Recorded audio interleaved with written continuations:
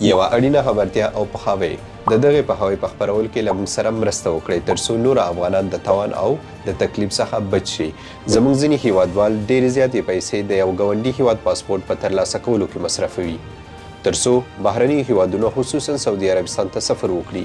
دغه پاسپورټونه اکثره جعلي وي او هر کله چې سعودي عربستان ته ورسیږي نو هلته په هوایي میدان کې ترېنه پاسپورټ اخلي او بیرته یې ډیپورټ کوي چې بیا په ټول عمر سعودي عربستان ته سفر نشي کولی. په دوبۍ کې د جنرال کنسلګرۍ د مشرانو د معلوماتو له مخې د تیرې روژې میاشتې راپدې خوا تقریبا 50 هغه افغانان چې جعلي پاسپورټونه یې درلودل د سعودي عربستان څخه دوبۍ میدان هوایي ته راوړل شوي او د دوبۍ جنرال کنسلګرۍ په خصوص افغانستان ته انتقال شوي. د معلوماتو له مخې 13 ورځ هم 15 افغانان چې د سعودي عربستان څخه د جعلي پاسپورټونو درلودلو له وجې ډیپورټ شوي وو. په دوبۍ کې د افغانستان جنرال کنسلګرۍ لخوا ټول کاغذي کارونه خلاص او هیواد ته ولېږلی شول. نو ګرانو هیوادوالو هیله ده چې خپلې پیسې په جعلي پاسپورټونو باندې مصرف نه کړئ ځکه چې ټکنالوژي ډیر پرمختګ کړی دی. جعلي پاسپورټونو باندې سفر کول هیڅ امکان نه لري.